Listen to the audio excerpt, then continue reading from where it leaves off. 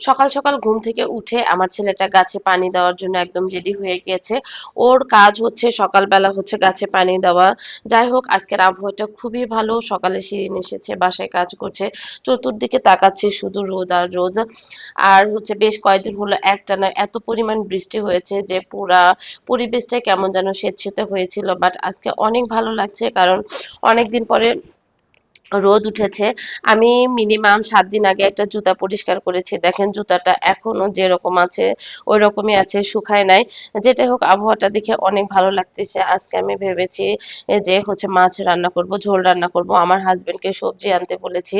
ও এক গাদা সবজি নিয়ে এসেছে। ওর সবজি ওকে বাজার করতে দিলে অনেক অনেক সবজি কেনে, যেটা আমার খুবই বিরক্ত লাগে।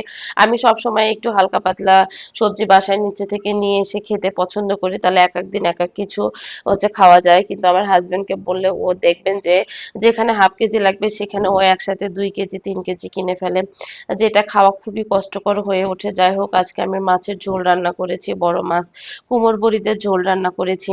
সারাটা দিন আমার অনেক ভালো কেটেছে, কারণ রোদ উঠলে আবহাওয়া ভালো থাকলে সবকিছু অনেক ভালো কাটে। সন্ধ্যার পরে আমি আমার বেলকনিতে একটু বসে আছি। সন্ধ্যার পরে আমার এখানে বা রাতে আমার এখানের পরিবেশটা অনেক সুন্দর হয়। তার থেকে বড় কথা হচ্ছে ঢাকা শহরের মানুষ ঘুমায় না, সারা রাতে আলো থাকে। আপনাদের সবার দিনটা কেমন কাটলো কমেন্টস করুন।